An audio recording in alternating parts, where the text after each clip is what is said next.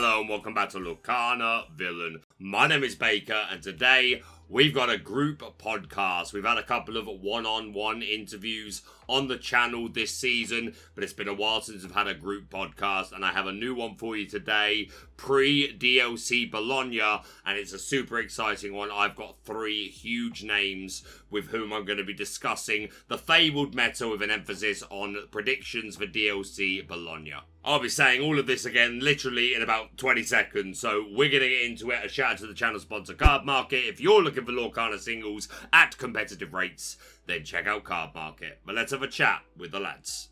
And as promised, I am here with three of the biggest names in Lorcana. You know them. We're going to start off. We have the Eye of the Storm, Humble, finally making his debut on the channel. It's been way overdue, my friend. Finally had the pleasure of meeting you in Disney World, and I hope we get many more opportunities to do so. It's a pleasure to have you, man. But going straight on, we also have Dale Belindo, a TCG legend. If you follow competitive Yu-Gi-Oh, you definitely know this man, and another man who is long overdue making their debut on the channel. I'm super grateful for your time. And of course, we have the DLC Fort Worth champion, the North American champion, and second place at the World Championship, Ed Chu. Gentlemen, thank you all so much for joining me. I really appreciate your time. This is going to be basically the final podcast before DLC Bologna.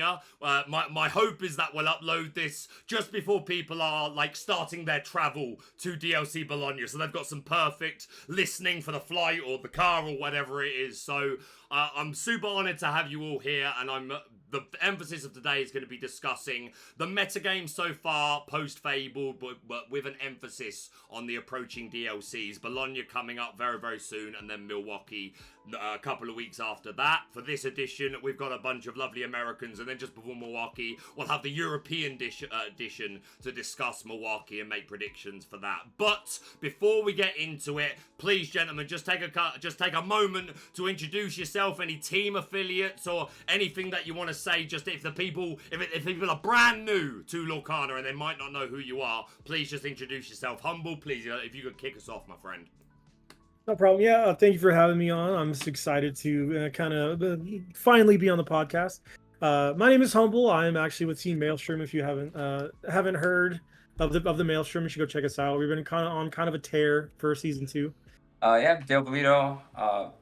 Happy to be here, and just started a new team, Team TSS. All right. Yeah, with some of the friends that we took a different approach, and childhood friends who happen to be very good at this game, and then one addition with I won't take away from the newest member, okay, or the members at all. We're gonna launch soon, but you never know, might be launched before. But okay, yeah, so some people that are still to like make the reveal that they're part of this new team, and you don't want to steal their lightning. But that's really exciting for you, man.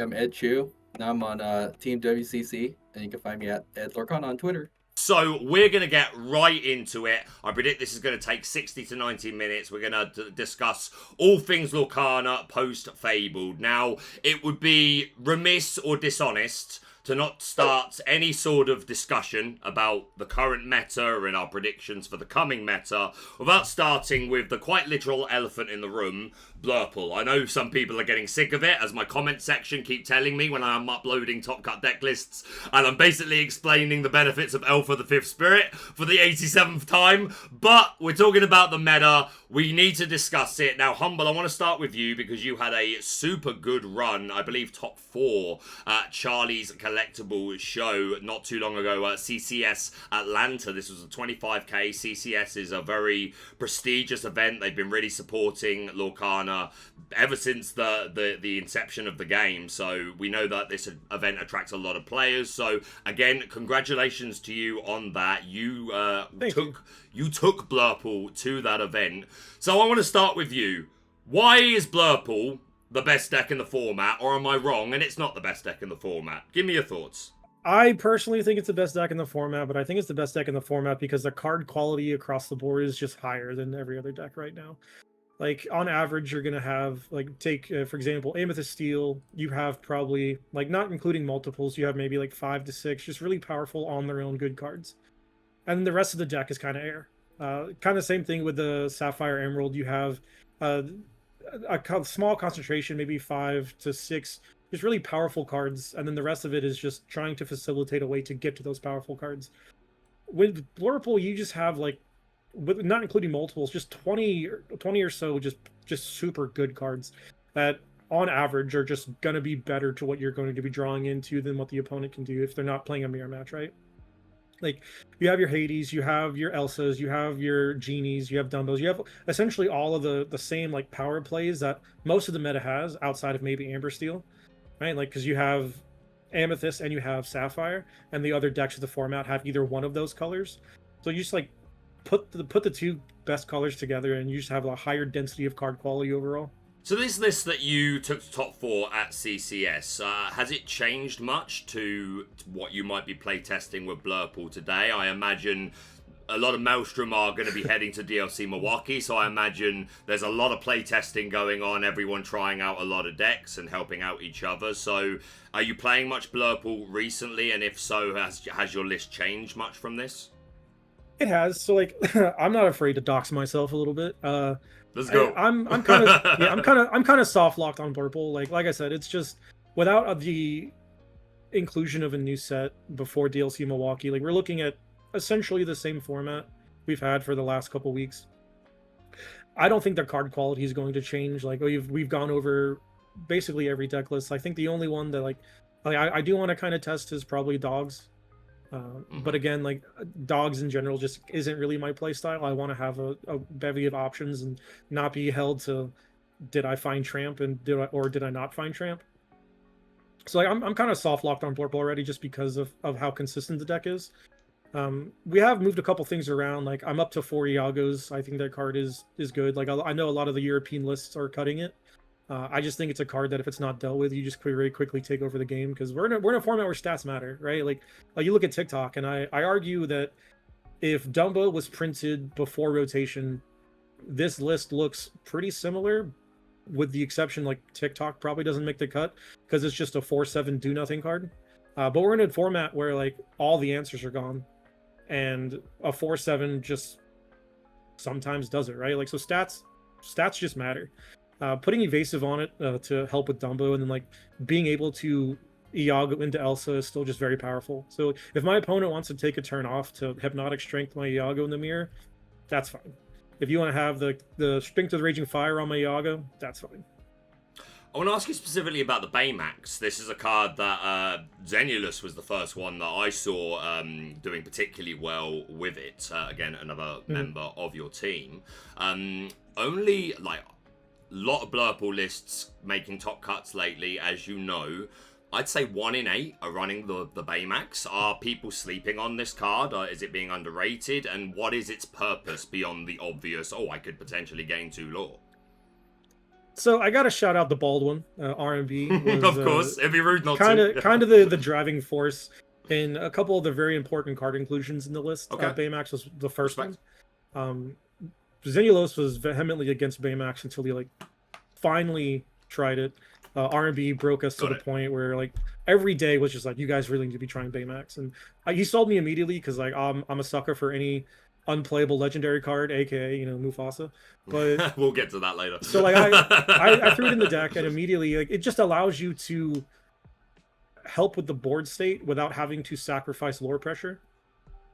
It's also just a huge body. Like if you're like the entire format is based on challenging, there's not a lot of like solid individual removal pieces anymore. Like we don't have brawls, we don't have Medusas. Baby Sisu is not the card it used to be without its Sapphire coil counterpart and like its shift line. So like our removal suite is not as good, so we're focusing more heavily on challenging.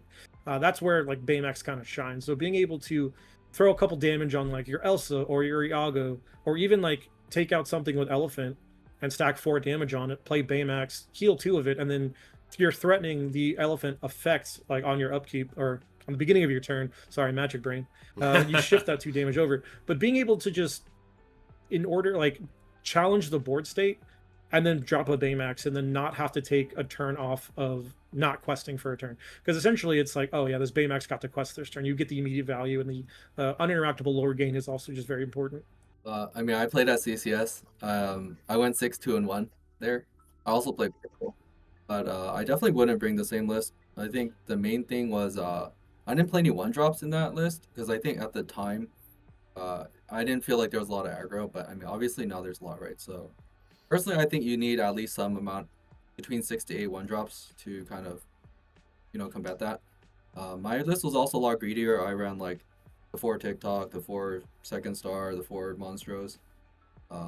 Just because like a lot of people say it's an arms race, and I think it kind of is an arms race at this point. Like whoever can sing their second star first wins the game. Basically, is where we're at. Um, so I think that's how if I'm playing Blurple, that's probably how I would approach it. Because like if there's a lot of mirrors, like what is the mirror breaker, right? Like you can kind of pinpoint it to the point where it's like this guy sang second star GG. So I think that's kind of where I'm at with Blurple. This is the list that got first place at the CCQ in Cardiff over the weekend. Alberto from Mexico, a shout out to him. A student of DKP, apparently I learnt today, courtesy of his Twitter. And yeah, this was the list he played. In particular, the Ursula voice stealer is something I'd like to get your thoughts on. And after Ed Dale, if you've got any thoughts you want to add, I'll come to you. But yeah, what's your thoughts on this card, Ed? Yeah, I mean, it basically is 5th Elsa, but the problem I have with the card was like, if you think about the situation where it's good, you basically have to have some kind of attacker like comboed with it, right? So if you're like in this specific deck list, like if you're playing Elephant, you basically don't have any access to like challenge the evasives. And the only way you do is with like the genie right on 4. Sometimes with you can challenge with Dumbo, but it's like not ideal. I think where it really shines in like the ideal spot is like you set up a Basil as well, right? If you have a Basil with an Elephant or a Basil with even a Genie or a Dumbo, you can basically challenge like everything in the format with this voice stealer. And yeah, like you said, it's basically like a 5th Elsa, but just with like a little bit more preparation required, right? Because with Elsa, you can just straight up like you have Basil Elsa, you're taking out everything basically. So sometimes you need that like extra redundancy to find it because you don't always get Elsa on 4, right? But I mean, ideally you would, but you don't always get it. So this is kind of like one of those, a little bit extra redundancy to make it happen. Dale, what have you been doing recently? What was your most recent event? And what are your thoughts on Blurple? Have you done much playtesting with it, against it? What are your thoughts on it as we head into Bologna? I actually played the CCS as well. Okay. And I played Blurple. Didn't do too well the first day, and I did top the 5K the next day with it. And yeah, like the Ursula voice, I think is a good late game board fight type of card where you're expecting like you could do like other cool stuff where you dox the little guy and make him sing the Into the Unknown on another bigger guy, send that, and then challenge down. I think it comes up in like complicated game state when you're fighting off the singers. But yeah, it's a cool one up. My list was very similar to Daymaker, who Humble knocked out in top 16, I think. And yeah, I was talking to Ed during that day, and I was like, "Oh, I'm playing these 2 cards because I don't want to force myself to play Finders on a bad turn." But I ended up playing a card that's like far worse. So, yeah, I think the same reason we're all 3 of us are played Blurple for that event is most options you could. It's the only deck that has that skill diff type of interaction that you could do, and yeah, most options. We want to be able to play. There are 3 cards that came up in the Blurple lists at CCQ Cardiff that I'd love to get all of your thoughts on. The first one is Elsa Gloves Off, who's a 4-cost 3/4, quest for 1 with Challenger 3. So my immediate reaction to seeing this was like, okay, well in the mirror, this is a one-bang answer to both Hades and Spirit of Winter, and Hades in particular, you actually survive it, which seems pretty cool. 4 costs in Blurple are obviously always slightly better because we can play them on 3. Humble, we'll start with you, just go around the clock basically. Thoughts on this card? Like, is there a place for this? Is there a reason for this beyond what I'm seeing? I think it's fine. Like being able to challenge certain things, like the bells and Hades and Spirit of Winters, is important. The thing that like kind of gets me off this card is it doesn't have evasive, and like in the Blurple mirrors, you're playing, not only are you playing a game of Lorcana, you're playing like 4 mini games, especially when you come down to the mirror, right? So like you have to win the evasive war and then count to 10, count to Singer 10, and then like keep your opponent from counting to Singer 10, and like I just don't feel like this does that as effectively as some of the options we already have. Yeah, it's good at taking out things just like on the floor, but if your opponent just goes Genie, Elsa, Dumbo, right? Then this Elsa's doing absolutely nothing. And I don't think we're in a format where we can afford to have like cards, especially on these curves, that just don't interact in a meaningful way. Like I think this card is very good into like maybe Amber Steel, because it looks like you can challenge a Tiana and like not have to, or challenge with Tiana on board, not have to pay for it in some instances, which is like pretty neat. But in the like, I'm always gonna build it with, or build my Blurple list with like an expectation that I'm gonna see a good amount of mirrors, and I want to always beat the mirror. So like I personally probably wouldn't lean towards that Elsa, but like I understand why it's included. Another card that came up that biasly made me very, very happy. My favourite Disney Lorcana character and villain. But something that I had said right at the beginning of the Cardiff stream, we were all making wacky predictions, things we might see. And I was hyping this card up a little bit. I think it's pretty interesting in the mirror. Being warded up, pretty self-explanatory, avoids the Hades, the Elsa, and big old quest for 4. Yes, you have to keep inking. So you kind of, I feel like you have to have an extra reliance on playing second star and finders, so that you've got enough cards to keep inking by that point in the game, which if you've done that, then okay, this seems great. At the same time, maybe it only needs the quest turn sideways once, and then like that's ending the game. Ed, your thoughts on Ratigan? And be honest, I can take it. Yeah, I mean, I've tested this card, and it basically is like what you described. It's kind of like, it's good after you're already like in a winning position and you are like in a racing spot, and this basically closes that game out. I think this spot in particular doesn't really happen that often. I think like if you think about it, what card competes with this in the same slot? It's Monstro, right? People are like, well, would you rather play this or Monstro on like certain board states? And I'll say most of the time Monstro gets you out of like a lot of like dicey situations, whereas Ratigan is like, if you're not already ahead, it's going to be kind of hard to win. So I think if Monstro didn't exist, this is like a maybe card. But I think given how like, you know, Monstro has so much more board impact, I think this card is like a lot worse. I think the card's a lot better too if you're, oh, I'm sorry. I think the card's a lot better too if you're able to like have an additional way to ink. Like if Fishbone Quill was in the format still, I think this card's a lot better. If like, I don't think Hearted Defeatee is very good. So like, and I don't think I would play this Ratigan unless I was playing something like Hearted Defeatee or some way to like keep it on the board for multiple turns in a row.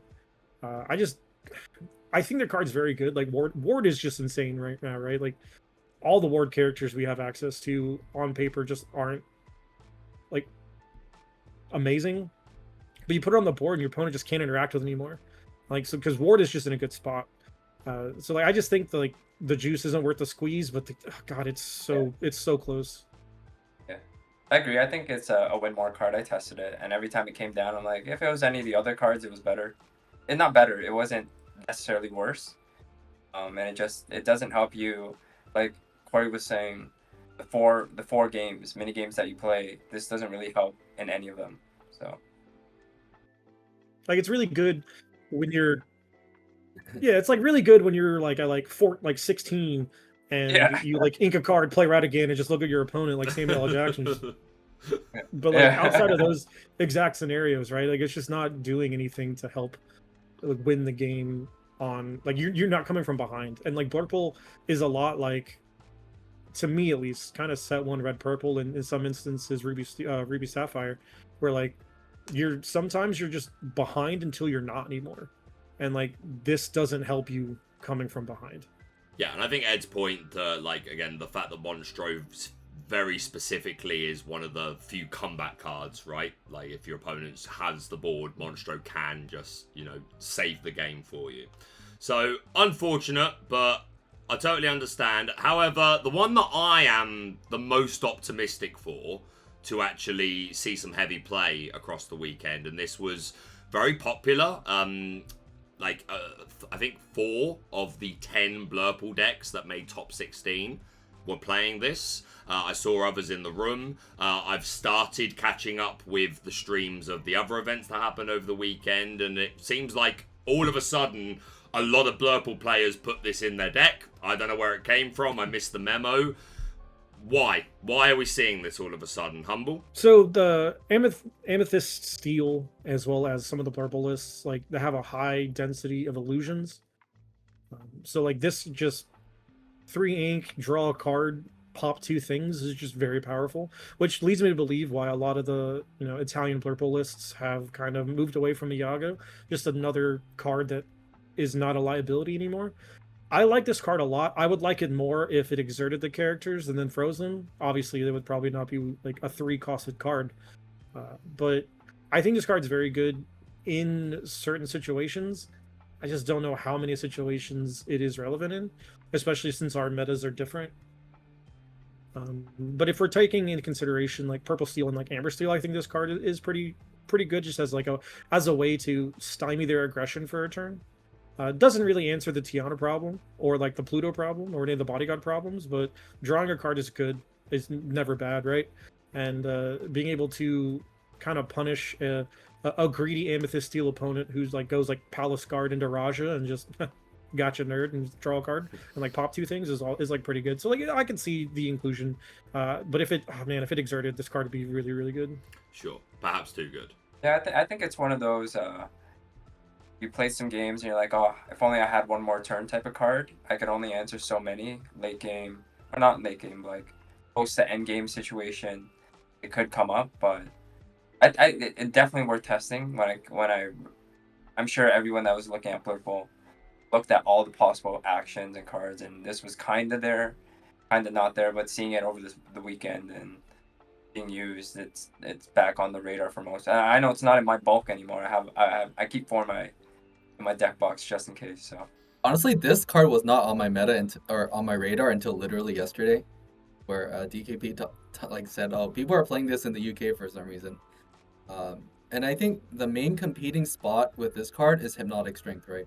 It's like, is the 1 extra ink worth, just tapping down 2 characters, or not tapping down, like leaving them exerted, and drawing the card same as Hypnotic, but Hypnotic gives you like the challenger, right? Like when I read this card, to me it reminds me of like Yu-Gi-Oh! Wabaku, right? It's like sure, you can stall them. It's like you can stall them for a turn. It's literally Wabaku, right? It's like sure you can stall them for a turn, but what can you do with it, right? Versus like let's just like play some card to try to like answer your opponent's board, right?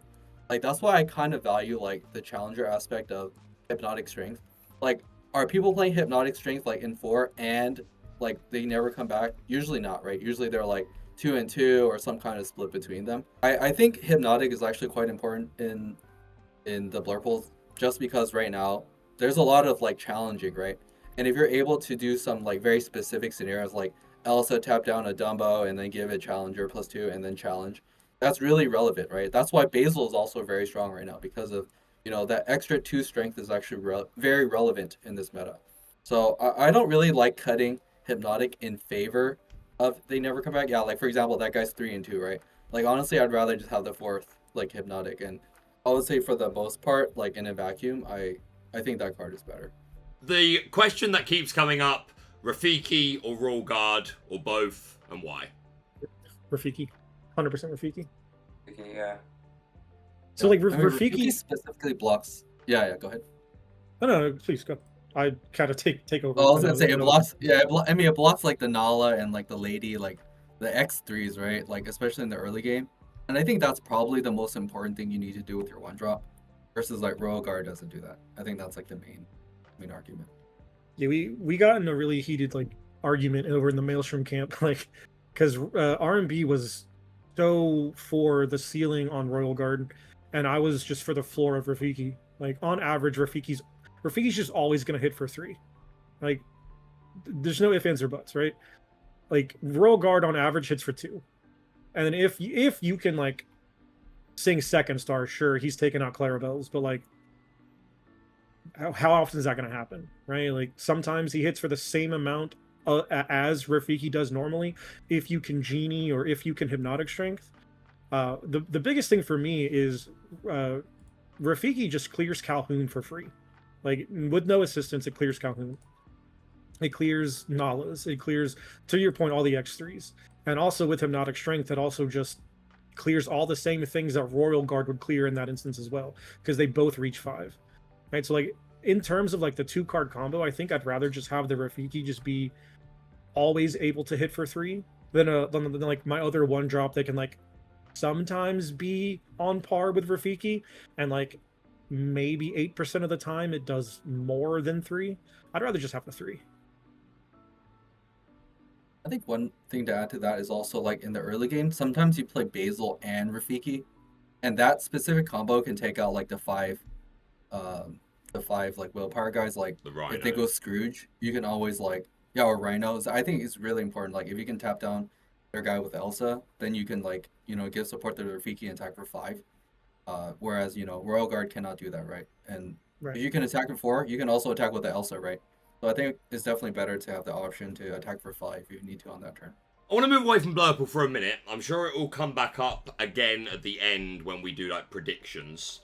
So if you've got any other final thoughts on Blurple, we can make them then. But I want to give a couple of other decks a little bit of space. And I want to start off with a bit of a rogue one, which kind of feels rude to say about Emerald Steel, but times have changed. Emerald Steel feels like it's just core identity is just completely what it used to be has completely disappeared. It doesn't have things like the Prince Johns and the Diablos, and it's just lost its identity in my sense. Very similar to Ruby Amethyst. Thank God.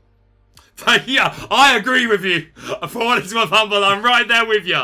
I've been saying for a long time, if I could have ever banned one card, it would have been Prince John, but I've discussed that. We're here to hear from you guys. But Dale, I mean, I know you're all experienced Emerald Steel players, but Dale, I know this is very much your bread and butter. You had a Metafy all about this to help people with the previous version. I want to get your thoughts on the current state of Emerald Steel and also your thoughts on this deck list, which was piloted by LD from the Artacast. All the way to first place at the Content Creator Set Championships, 32 players. But he had a great run, went for a lot of Blurple decks, and we love LD to bits. And I'd love to get your thoughts on this rogue archetype that he's made with the max goofs, etc. But yeah, what's a green steel, Dale? What's it doing? Are we cooking? Are we crying? What's the deal? Yeah, it's in a weird spot because it's not the best Emerald deck, and it's not the best Steel deck. So it's like, why do you play it? Like you could play if you want to play Steel, you could play Amber Steel or even Purple Steel, a little bit stronger. And same with Green. I think the biggest difference is this goes back to closer. It's a battle deck now with a few tricks, and Ursula 2 is extremely strong. Right now, everyone is playing really greedy, keeping the songs in hand. You're always gonna hit. I played it. I do like this deck, but I think in open deck list, best of 3, this is a great tournament deck. I think it has a lot of tools to handle all the oppositions, everything. It has something for every deck, but it's just I've been on Green Steel. I've had something close. I've had Chromicons instead of Mother Knows Best. This is definitely a way more refined version, but it feels slow to race. It holds the board, and you can only like fend off the Under the Sea combo for so long. You can only fend off getting to a Hades. Like Hades becomes like a massive backbreaker. It's too fair. The deck is it's fair. It doesn't do anything unfair, which is a lot of decks have unfair stuff. Like Blurple singing second star feels extremely unfair. Amber Steel going cheat Tiana and then just build the board, kill you, beat you on 4 feels unfair. So dogs playing tramp on turn 3 is like unfair. There's nothing super unfair here. I mean, you could trap people in certain stuff. You can surprise them. You can see what they're doing. But sometimes even with Ursula, like, you look at their hand, you still can't stop what they're doing. So Green Steel's old identity before was disruption. Like, you wanted to stop what your opponent, change their game plan, right? Okay, I'm going to get rid of this, so you have to play this line. You don't force anyone into lines with this deck anymore. Green Steel was, okay, I have to discard you, you're forced to go this way, or you have to deal with this Diablo, you have to play it differently. Hot take, I think Diablo is fair. You could have kept Diablo alive now, and there's so many ways to deal with it. Yeah, I know. I saw the reactions there. And that's fine. Hey, that's why you're here, because I believe you could politely disagree. I could be wrong. Look, I'm a Diablo hater because I don't want to play Steel ever, and that's why I hated Diablo. Yeah, but Blurple was cooking Diablo at the end of last set too. For sure. So. And Genie Elsa is too strong, honestly. Yeah, Elsa's insane. I'm not one to say any cards are overpowered. I got Diablo for like forever. So, brother, I'm biased. I was Mufasa guy for 6 sets. So like, you played a Diablo, and I just looked at that thing the entire game like, sick. It's like, yeah, play Rapunzel, no problem. Yeah, we get to draw 3 cards. Hell yeah, let's go. Yeah. But yeah, I think it's so fair. This deck is too fair. It can stifle people at certain times. It has a lot of, I don't know, it just doesn't force people enough. Sometimes you could just ignore what this deck is doing and race it faster, or you could ignore what they're doing because you're going to combo them. So, much to Dale's point, though, like, I look at this list, and if I, like, even though I'm allergic to Steel, I see a Doc, I see a Go-Go, I see Ursula's and, like, Lewis.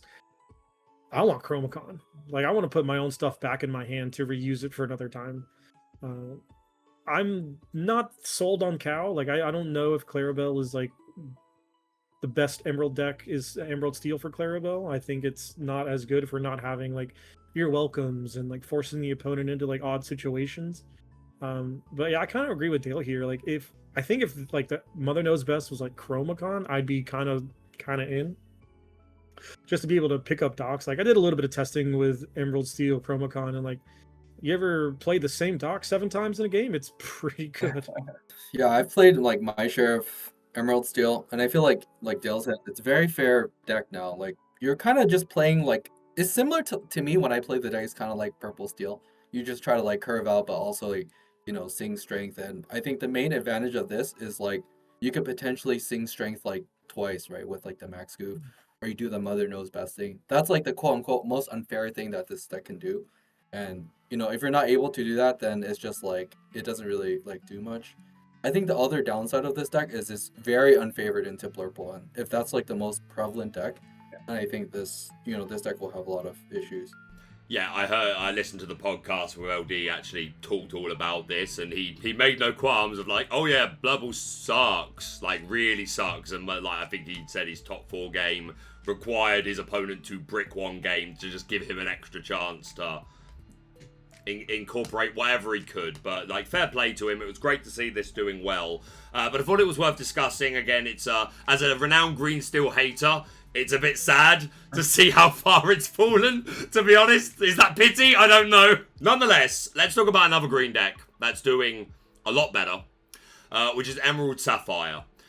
So I played this recently at Content Creator Set Championships because, you know me, if I can't board wipe, I don't want it.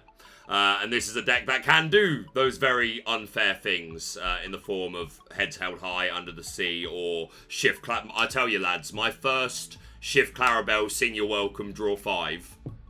I was like, I get it. So what are our thoughts on this? There were 3 Emerald Sapphire decks that made top 16 at CCQ. This list that I'm showing here comes from Ryan from the Club Lorcana podcast. Lovely guy, got to meet him and have a proper chat. And most of his list pretty cookie cutter, but there was one distinct difference in this list that I wanted to talk to you guys about, which was this Floodborn Basil disguised detective. Now, it's not most lists have been playing the undercover detective, the 7 cost where you can bounce a guy and when on quest you get a free Bruno. But we're seeing this version here, and as obviously, if you're going to do this, then you're going to want to shift target, and we know this Basil can just be good because of the support keyword. So, Ed, I'll start with you this time. What are your thoughts on Emerald Sapphire? And I'd like your thoughts on this Basil in particular. Is this the way more Emerald Sapphire players should be going, or do you prefer the other Basil? Yeah, I mean, wait, he's not playing the other Basil at all? Nope. Like, he's not doing it? Nope. Oh, that's crazy. But I mean, their previous version that they played with, like Zan and Jeremy at CCS, they also played like this Basil shift line. And I think people are doing it because, or I think in their version, before they were playing like the high five version, right? Both like the Scrooge and the Baymax. And like their main kind of goal was to like shift Baymax under the sea before your opponent can even do anything. And against most decks, that's already pretty good. Like, you already win the game. So I think probably, like, looking at this deck list, what he was trying to do was, like, reduce the uninks. Because I guess, like, I don't know, yeah, you saw, like, the Philly Luna, like, 24 unink, 64 card deck. It was crazy, you know what I mean? Like, it's mad inconsistent. And I think that's one of the reasons why I think a lot of the, like, players are turned off by Green-Blue, just because, like, the deck is, like, fairly inconsistent, right? The high rolls are insane, sure. But it's like, there's a lot of times where it's like, I ramp, and then I do literally nothing, right? And I think that's why a lot of people play Blurple, because you have so many options, right? You ramp it to, like, any of the 4 costs, and it's, like, probably reasonable you can play the game. But I think this Basil is basically kind of like a replacement Baymax that's, like, inkable with, like, a slight upside of being able to, like, make your opponent, like, discard cards from their hand. So it could definitely make your opponent, like, play funny, right? It's kind of similar to, like, Green Steel of the old, where it's like, if you're able to, like, discard your opponent, then, you know, you kind of pigeonhole them down to, like, certain, you know, cards, and then eventually you head to high under the sea, win the game. So I can kind of see the vision of this deck, and, you know, they also play Ben, right? So yeah, discarding is always, like, you know, at least something that you can do. There's this version here as well that was from Matthew, which was a lot closer to what I was playing, 3 Pleakley, which I am absolutely a Pleakley enjoyer, and then Baymax obviously to improve the aggro match. Dale, Humble, either of you that have got any thoughts on this? Which list do you like more, and any thoughts on the Basil to add, or would you just agree with what Ed said? I kind of agree with what Ed said. Like, I do like the Basil over the Baymax just for like the inkability factor. Right, I played a little bit of green blue as well, and like the deck can just be very inconsistent. Right, like it's sometimes you find everything you need and the game is easy, and then sometimes you like miss sequence or you just find your pieces a little bit out of order and the game is just infinitely harder. Cutting down on the uninkables, like there were a couple times in my testing where like I'm looking at my hand of like shift Baymax plus 2 Hades and an Under the Sea, like sick, okay, I can't play. So like I'm always a fan of cutting down on inkables. Like the last list we just looked at with the Basil shift line was at 10. I think that's a sweet spot, especially for a deck like that where your card draw is really contingent on Clarabelle. And if the opponent is able to invalidate that Clarabelle, you really need like an ulterior motive to like get cards. So if you're not drawing cards, which is like kind of what the deck wants to do, but if you can't do that, then like having 15, 16 uninkable cards in your list is just like kind of a death sentence, right? Like, oh cool, I've ripped uninkables off the top of my deck for 4 turns in a row and my opponent dumped their hand, and with, like when I shifted Clarabelle and I can't draw cards now, and now I'm not in a position to win the game anymore. So that's kind of like the biggest thing was not having as many uninkables. Like I think I agree with everything Ed said on the previous list, but the only caveat of like I don't like Bend in My Will at all. I don't think that card is worth it in my opinion. But I cut the bend. Yeah. Like I got in this conversation at locals because for some reason like I went to a locals not too long ago and there were 14 players and 10 of those players were all playing Emerald Sapphire. And I played Blurple and I defeated them all, and they're like, "What happened?" Like, well, yeah, you bent them my will me, but like I'm already head on board. Like I just invalidate your cow and the game's over. So like I think the green blue into Blurple matchup is not as favored for green blue as a lot of like the community, but maybe I'm just built different and weird and approach it as I mean, you definitely built different, Humble. That was never up for debate on this podcast. Dale, anything to add to the green blue conversation?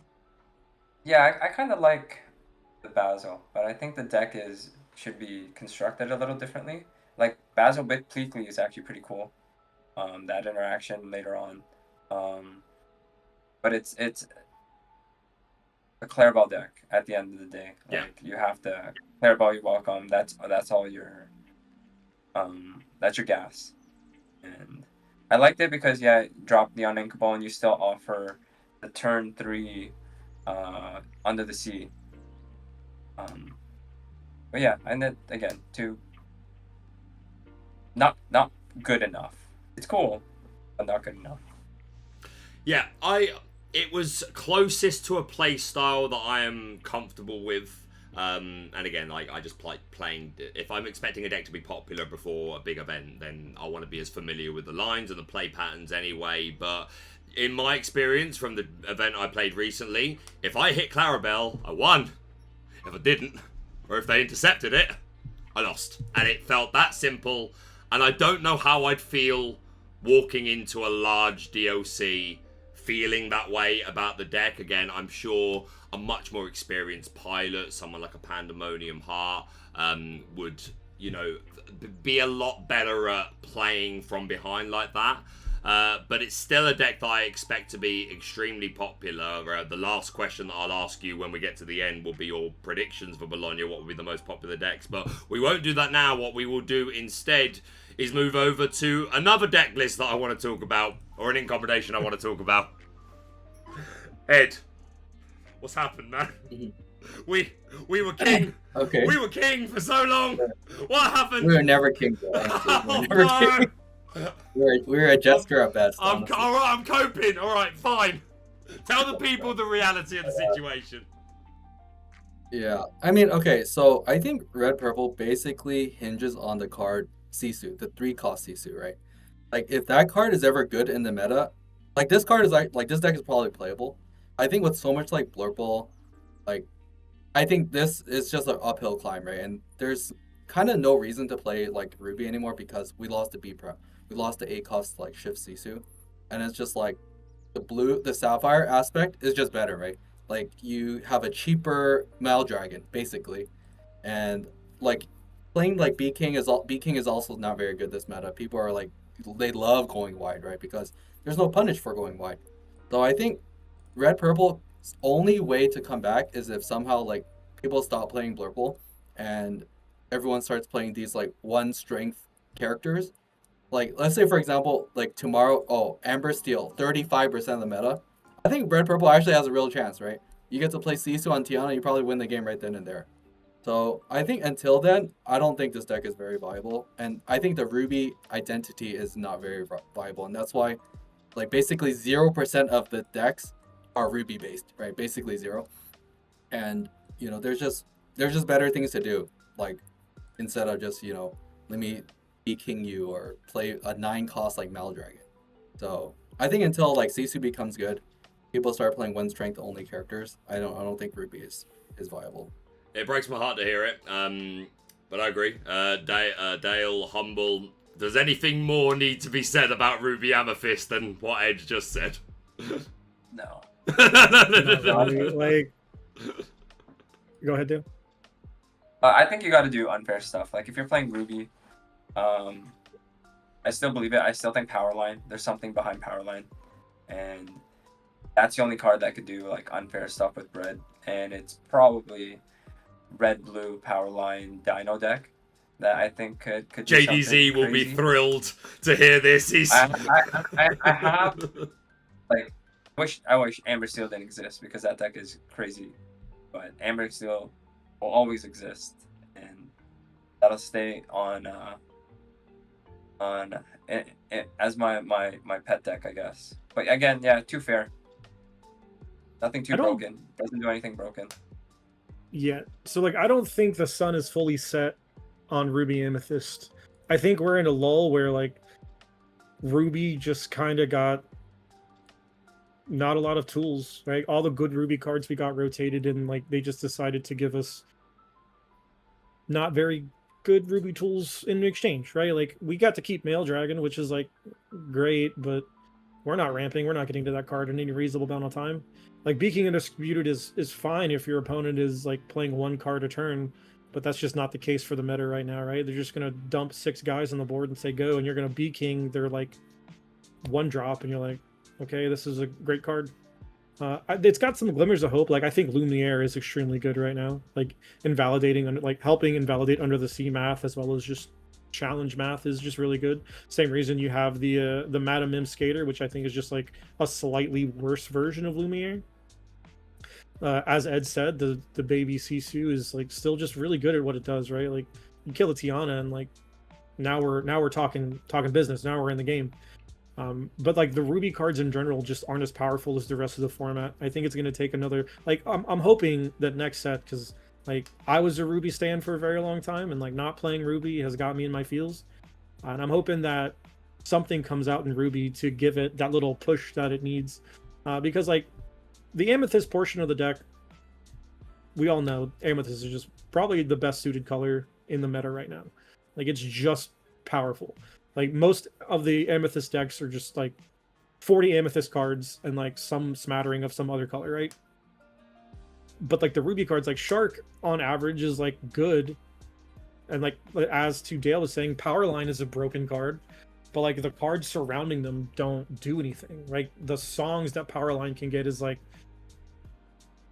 in this deck, is like what, like Be King Undisputed and a Pirate's Life, which like, sure, like Powerline will get better when more songs come out. Yeah, and I think Shark will also get better when more songs and better actions come out. Like we tested in the Maelstrom camp a little bit of Red Purple, and like R&B came to us. He thought he solved the format, and I look at the list and there's 2 copies of Out of Order in the deck, and I'm like, this ain't it, brother.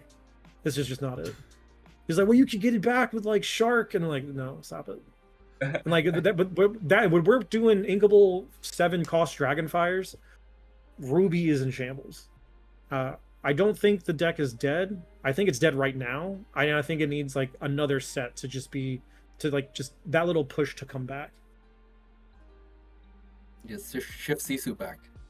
You heard it here first. Let's go. Dude, I was coping so hard. Like, let's go. I would have slammed Red Purple if you would have gave me Brawl and or Madame Medusa. I would have believed. I would have been like, nah, there's something here. We can make it work. Agreed.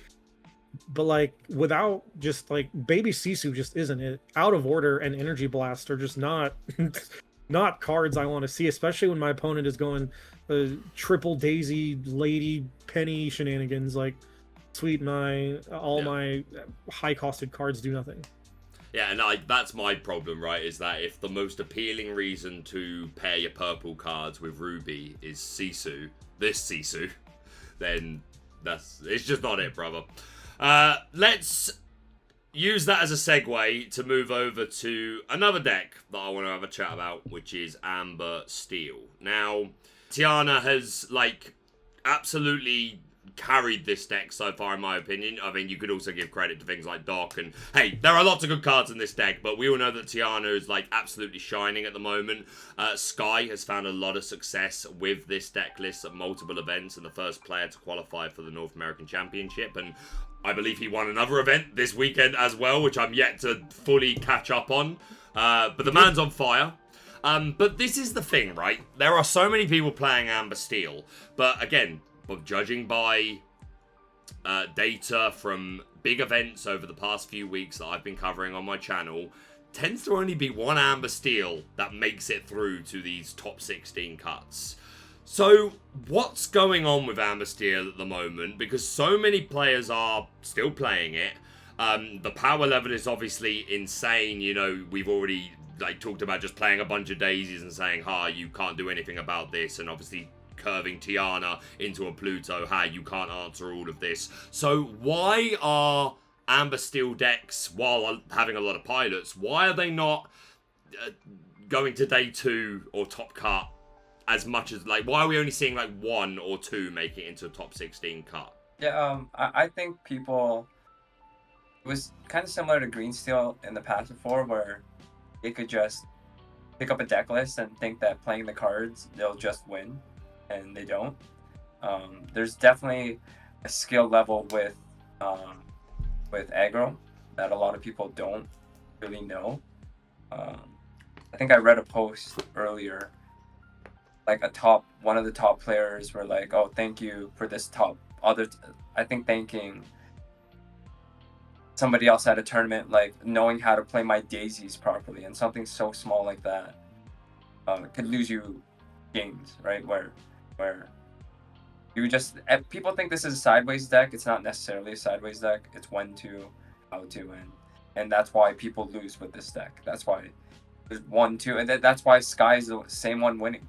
He knows, he understands, he Sky's a monster. absolutely correct. Yeah. Sky is absolutely nuts at this deck. Like, I'm sitting in on testing sessions, and he's just playing. He plays the deck in a fashion that, like, when you watch him on stream, you're like, yeah, he's just playing an aggro deck. But like, you like pick his brain and like you watch how deliberately he like deploys his threats in a very particular order, or he will, you know, quest or challenge in a very, very particular order. Like, to answer the question, I think it's just player diff. Like, we can even look back at like the Amethyst Steel wave that Thiago had when he won the SSG event and then won the 25k at CCS, right? Like, you put any other player on the same deck and they yield much different results. Like, Thiago just played the deck in a way that no one else played it. And I think this is this kind of the same thing, right? Like, even at this PPG event, his finals was a mirror match. Almost pretty close card for card. Like, there was like a few differences, but it was essentially the Aurora Amber Steel list. And like, you could argue that came down to a die roll, or that came down to a misplay, but like, there's a reason Sky won that matchup. And I think it's because he plays it differently than most other aggro players will play it. And which is why he kind of went back to back, right? Like, took the same deck, probably changed, I think he changed the Svens out for something, I don't recall what they were. And then like, just found immediately the exact same success. And also, like, some of the Blurple players and like green-blue players, like, they just have to stumble. Like, sometimes you just get lucky and your opponent like misses like a ramp on 2 where they miss the Under the Sea. Like, there was a point in, I think, top 8 of the last event where he's playing against Amethyst Sapphire, and his opponent has Under the Sea. He just loses, and he just decided, like, can't beat it, throw everything out, see what happens, and like, he just didn't have it, and he won. But there are other times where I've seen him like get Under the Sea twice and still win the game because he just understands what to hold, right? Like, he's gonna deploy a bunch of like one questers. It's gonna get Under the Sea, and on this follow up, he's gonna drop double like Daisy Lady Penny and be like, okay, go. And like, now it's like the Under the Sea just didn't matter. I mean, I also play like a decent amount of Amber Steel. Maybe, I mean, honestly, I don't think I'm an expert at all, but like, when I play the deck, there's like certain lines like I'm looking for. I know in his like recent iteration, he like swapped out this Sven for like the zombie Lilo, right? I think the zombie Lilo makes a lot of sense like now, just because, or I don't know this for that, but I think recently he added it to the deck, right? And I think with like the Mulan like discard, it also makes it a lot better. And in these like kind of low resource spots, like for example, like post Under the Sea, like getting back Lilo is also like pretty strong. But I've definitely, like, I think the reason why a lot of people are saying like aggro is like a low skill thing is like, we kind of remember the spots where like they open the super nuts, right? Like on the play you go Aurora, Tiana, and then Tiana, or like Lady, whatever, and you just like get blown out. I think probably where Sky like really excels is like when he doesn't get those kind of openers, like how he navigates those spots, right? I think there's definitely like skill in navigating those like kind of medium, maybe even like low roll spots into a win. And I think that's probably where the skill is. But everyone could obviously play like the super nuts, right? So I think that's kind of where the skill is. Versus like if you're playing like Blurple, for example, every spot is kind of like medium until it's not, right?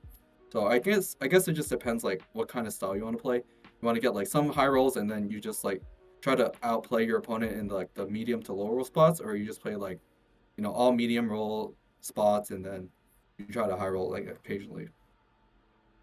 I was at Denver with him, and he, like, after like the 6th or 7th round, he just walks up to me. He was like, "I'm playing Infinity, and all my opponents are playing Core." And I was like, "Okay, I believe you." Yeah, I can see that. Yeah. This was the list that performed well at CCQ Cardiff, and by well I mean Amber Steel was the second most represented deck of the entire room.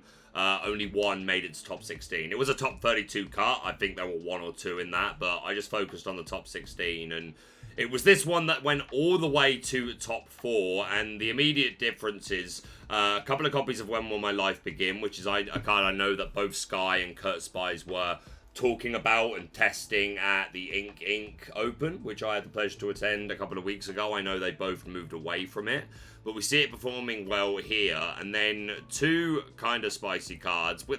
I've seen them come up a couple of times, but by no means cookie cutter. We've got Bolt, Down But Not Out, who enters play exerted 0/4, quests for 4, which is pretty appealing. And this extra bodyguard, the Prince, Vigilant Suitor, who's just a 2-cost unequal 0/5 with bodyguard. Start with you, Dale. What are your thoughts on this style of list and like how different it is to like Sky's like 2-line special that has become pretty normalized these days? Do you like these tech options? Why do you think these added to why this deck or this player was the only Amber Steel player to go this far? Yeah, I kind of like the Bolt. Like in my build, I had Bolt because it acts as a bodyguard. Like you have to deal with it. I prefer. I think I was watching Sky's new list with Zombie Lilo. I think that's the right direction. Mm-hmm. Well, obviously, you won with it, and it's something I pay close attention to. These are cute cards, but you could streamline a little bit better, which Sky made his adjustment. I don't know about the Prince, mainly because I'm a coward and don't like uninkables. But like when it comes to like Bolt, I like Bolt a lot. I think Bolt is the same kind of theory behind my Thiago choice. Like deal with this or lose. To Dale, like as Dale said, it like does act like a bodyguard because like this is now like the priority's on dealing with this thing instead of like the rest of my board.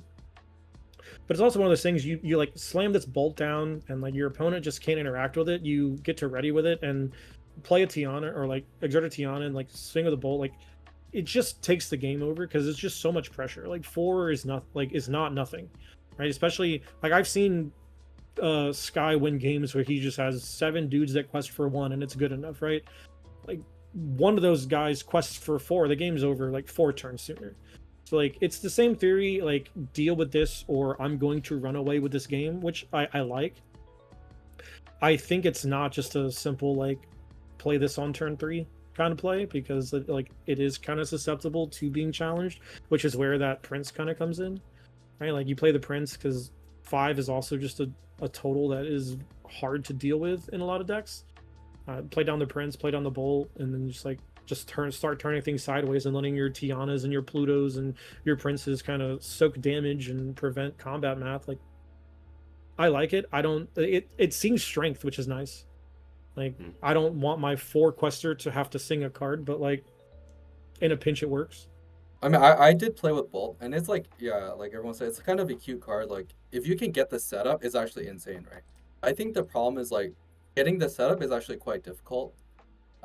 Because if you think about it, I guess what is the perfect setup, right? You can go, like, Aurora Tiana and then, like, play Bolt, and then, you're off to the races. But, like, if you don't have that setup, like, a lot of the time, you go, like, Daisy Nala, and then, like, this is your 3-drop, and you can't really play it. It feels, like, pretty bad. It's also pretty bad when you top deck it and you just need like any kind of 2-quester to like stick and then you win the game. So I mean this card has like high roll potential. I think like just playing like a 2-quester like a Lilo for example is just like on average a better card, right? I think this is kind of similar to like our talk about like Rafiki versus Beauregard. Like sure this like Bolt can go absolutely insane, right? But like on average what you see is what you get with like, the Lilo, right? Like apply quest for 2. Sometimes you quest for more, right? Because you can bring it back, get some extra value, but at least the floor is, you're probably going to quest for 2 because there's so little cards in the game that can interact with, like, non-exerted characters.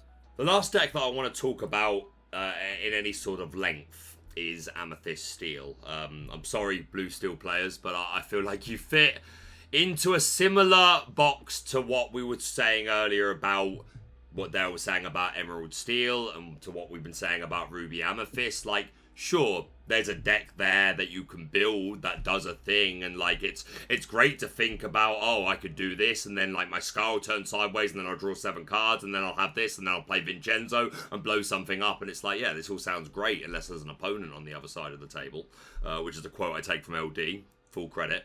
Am I right there? Is there much point discussing blue steel at length or ruby steel? Like, is there any other deck that we haven't talked about besides purple steel, which we're about to, that you think is worth the discussion point?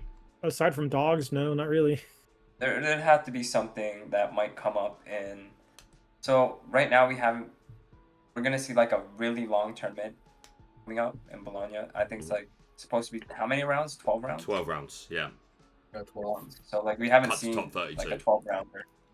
And you never know, you could see something a little bit resilient and just be even, or not necessarily even. We know what decks are even across the meta, but yeah, I for me so I'll say it now. I think green purple. There's still something there. Okay. And I agree. there's definitely something there. And that's probably what I'm working on the most. And just, I think a lot of people are looking that there's better green cards. So when they look at green cards, they're looking at a certain amount of green cards, and they're looking at like the Clarabelle, your welcome package, and they're missing a few things. Okay. And purple, just like what we were talking about, purple has the highest quality of cards right now. Okay, so green purple stands. Little clue there. Maybe look, dig a little deeper, pun intended. But the last deck that I want to talk about at length is going to be purple steel. Before we go on to final question of the pod, which is going to be predictions for Bologna. You were just talking about. You just mentioned 12 rounds there. It'll be the first time we've seen that, and you know. You want a deck that's consistent. You want a deck where you're always going to be able to play the game. I feel like this is that deck. If you want consistency. Ed, let's start with you. How do you feel about purple steel at the moment? And maybe a more specific question. Do you need to be kind of built different like Thiago or Zach Bivens and have like a million miles on this deck and just be built different? Like, simple as that. I mean, purple steel, in my opinion, is like the most fair deck of all the fair decks. You know what I mean? Like, yes, they have dog, they have strength, sure. But like on average, it's just like a very fair game plan. And I would kind of compare it to like how we were saying, like, if you want to play purple cards, why don't you just play with the blue cards, right? Because you can do like super unfair things, right? Like Sing Second Star, play Hades, all these kind of things. So it's like, yes, like Thiago and, you know, Zach had, you know, success with purple steel. I think on average, like your average purple steel player will probably not have that kind of success. And I mean, if your opponent is not doing the unfair thing against you, then sure, yeah, purple steel will probably beat all these like super medium / low rolls. But you'll never get those like spots where, you know, you just high roll your opponent out of the game, right? Like sure, sometimes you get, you know, strength, dog, whatever, but like on average, it's probably not going to happen. And like, I think what turns me off from the deck is like, yeah, it's a little bit just too fair. Yeah, I agree with that. Like, it's like as Dale said earlier, like again about the green steel deck, it's not the best steel deck and it's not the best purple deck. So like, where do we fall? Like, what are its power points? And like, why are we playing this? And like, I think that comes down to Cobra and White Rose, like having uninteractable lore gain just sometimes gets you there.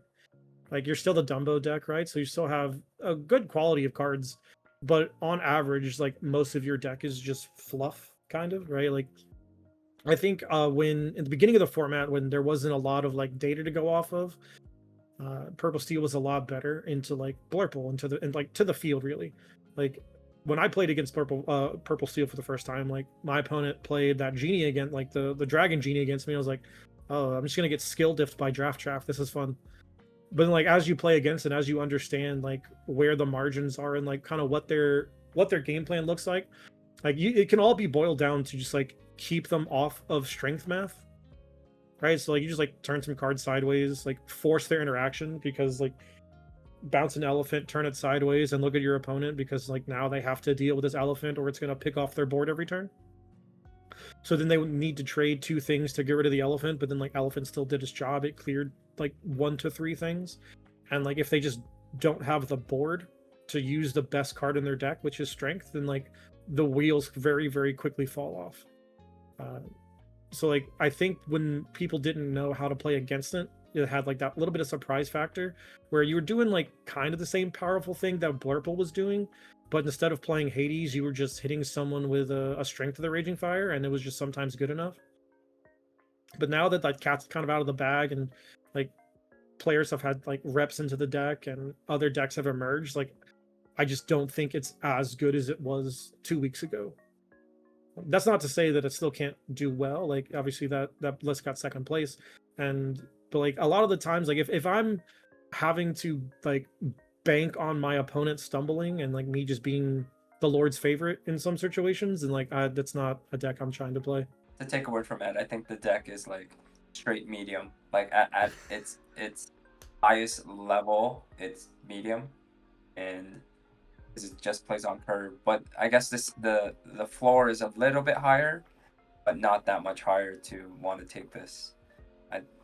Thiago was on a tear. He was insane as well too. Obviously, just like Sky, different built with the deck, and yeah, just I think there are better options. I don't think, I know there are better options. Sure. You're always going to get certain people who are going to get more success than anyone else, get more out of a deck, even if it's not as good as it once was. Again, like we talk about Thiago going on a tear with Purple Steel, but maybe not the safest bet for your maybe one DLC of the season. Who knows? Yeah. Like you take the matchup, like my top 4 match against I think his name is William at CCS, and game 3, like game 1 I crush him, game 2 he just rolls me, and then game 3 we're in this like weird board stall, and then like I have him kind of dead to rights. I have a TikTok, I have an elephant, like I have a lot of stuff going for me, and like he like top decks a dock and like plays dock, draws 2 cards, strings my genie, plays dock, draws 2 cards, plays a guy, strings my TikTok, and I was like, yeah, I'm dead. Like if like those are the lines that you have access to, but if it was anything other than exactly that sequence, then like I'm probably winning that game. It wasn't. It was that exact sequence of like, hey, murder your entire board because the top of my deck is like better than yours. But like, if that's what kind of like the point where I'm trying to make, where like, yes, just because you do have those sequences and those lines doesn't mean that like that's where we like kind of want to bank on to like win events, like win these games, right? Sometimes you're God's favorite and it happens, and you like look at the top 5 cards of your deck and it's just a perfect sequence of like how to get out of a situation. But outside of those times, like the other, probably 70% of the time, you're just trying to squeeze blood from a stone with like not very good cards. The only other deck that we're probably doing a disservice to not at least briefly talk about, although I don't have a list prepared, but Dogs is a deck that's I've been hearing a lot of people hype up at the moment. Humble, why is that? Why are people suddenly really talking about Dogs at the moment? Or have they always been, but we're just not seeing the results? I don't think they have always been. I think it took finding the right iteration of cards, right? So like you now have a deck that is essentially a combo deck. Like the players who play Dogs like an aggro deck and the players who play Dogs like a combo deck, that's where that skill difference is, right? The players who play it like a combo deck, that how it's supposed to be played, are the ones that are finding the success. And the players that are playing it like the aggro deck aren't, right? Like they're just not. And it's because, as Dale said earlier, like on turn 3, just hit him with tramp, and the game's over. That's just too much lore to be able to get through. But to that point, just like turn 4, play tramp, and then like seeing Under the Sea on the following turn, like it's the aggro deck that has a better matchup into the other aggro decks. You have a decent game plan into decks that that are a little bit bigger, like Blurple, for example. There are just some times like Blurple just can't amass a board state to deal with what you're doing, especially if you just don't turn cards sideways for the first 4 or 5 turns, and then tramp plus Chromacon turn everything sideways, and all of a sudden my game plan that I'm doing for Blurple is a lot harder, because every time I remove a threat, I'm putting a card back. Or I remove a threat and you just like bounce your Go-Go Tamago back to your hand, and now that's the thing I have to deal with. So now I have to figure out a way to like take damage off my board, right? Scrump, I think, isn't it. I don't think Scrump is the wave. I've seen a lot of like players play Scrump and just like lose the game because they're scrumping every turn instead of just turning their card sideways. And I don't think Scrump is really necessary for like your Under the Sea combos, because I think like the combination of Under the Sea and also Chromacon being in the same deck offers a lot of situational value to some decks. Like you have your Chromacon for Blurple, you have your Under the Sea for like your Amber Steel and your Mirror Match, and you have a lot of tools. And just being able to rip the band-aid and say like here's 15 lore on like turn 4, go ahead, is just too much for almost the entire meta to deal with outside of maybe green blue with Under the Sea. Yeah, I think Humble's right there. And Dogs kind of had so the 5K at CCS in the beginning of the month had a pretty strong lineup. Endo was in top 8, Justin Schaff, I was in top 8, and Fungus, Diego, Ghosty. I think Ghosty was in top 8. Ghosty and Diego were both in top And 8. Diego, so Diego finished perfect for the day playing Dogs at that tournament, and I think Ghosty was also on Dogs. And it's funny, from all the names that I named, none of them won that tournament. Somebody else did. The one guy did. But I think there's definitely something with Dogs. I've seen Diego piloting it for quite some time, and okay, Cat's had the bag. Diego's one of the members on my team. Hey, yeah. Congrats. So, thank you. As a pickup, as a pickup right there. As a free agent, hot free agent, and no, I've seen just like Humble was saying with watching Sky play Amber Steel, watching Diego play Dogs is something else. And the guy that won with Dogs this weekend, there was a 10K in Texas, is one of Diego's students. So again, with me with Dogs, not necessarily my cup of tea. Did someone give it to me and I'll drink it type of thing? Yeah. The like Corey was saying, there's the combo players and there's the aggro players. The only problem that I find with that deck is that I feel like you have to play both, and like the deck is naturally built both ways. The combo deck still has aggro pieces in it, and similar with green steel in the past, like you just draw the wrong side of the deck when you need the aggro, or when you need the combo, you're drawing the aggro. And yeah, but Tramp is insane. Tramp just like fixes your hand. So yeah, being able to just like tramp to find another tramp is heartbreaking. I hate it. It sucks. Like the testing I did with Dogs, right? Like it took me probably 10 matches to figure it out and realize like I shouldn't be an aggro deck. I should be the combo deck. And like I love a good combo deck. Like I played Storm in Modern in Magic before I swapped over, and like so me and a combo deck are like this. But Dogs is a combo deck that like you just fall very abruptly to any kind of like interaction. Yeah. And that's just not where I want to be. Like the players playing it, I argue, are like for sure that's the thing that you need to be doing. Like it's a good deck. It's like Dale said, it's just not for me. Like when you do pop off and you go like 1 drop on 1 drop on 2, like 1 drop on 3, play tramp into tramp, then like sick. Yeah, this we're pod racing now. But like the other 80% of the time when that exact line doesn't happen and you're just like, yes, I have 4 2-drops in my hand that don't have relevant text. Let's see what I can do with this. That's not where and like that's hard to say too, because like I was a 60 character Mufasa player for years. Well, not years, just from sets. It feels like it though, I'm sure. It felt like it, man. It felt like it. But like playing a 60 character like deck is not something I'm foreign to. So like I thought it would be, yeah, let's pick this up. It sounds like something I want to do. Very quickly realized it was not something I want to do. Like I said, when you're able to pull it off and like as you get the reps in, like I've seen Ghosty just hand people L's on 2 ink, and I'm like, I don't get it. That ain't something I'm doing. But like I think the deck is very good. I think it also is one of the decks that punishes stumbling a lot. I think the 2 decks that punish stumbling the most is Dogs and Amber Steel. Like if you just miss sequence or don't find a piece you need, then like you will very quickly lose the game. But to that point, to that credit, if your opponent does have any way to interact with the Dogs deck, like the wheels very quickly fall off for the Dog player. And that's just not something I'm willing. Like I want to be able to play from behind, which is why I'm at the Blurple stand right now. Like in CCS, I lost the first 5 die rolls, and I think if I play any other deck that isn't exactly Blurple in that situation, I probably lose the first 5 rounds. Gentlemen, I want to ask you one more question on the meta, and it's a very, very simple one. At DLC Bologna, I'd like you to tell me what your prediction is for what will be the most represented deck in the room, what will be the winning deck, and which rogue deck has the most chance to succeed and potentially make a top 32 cut. Dale, I'd like to start with you.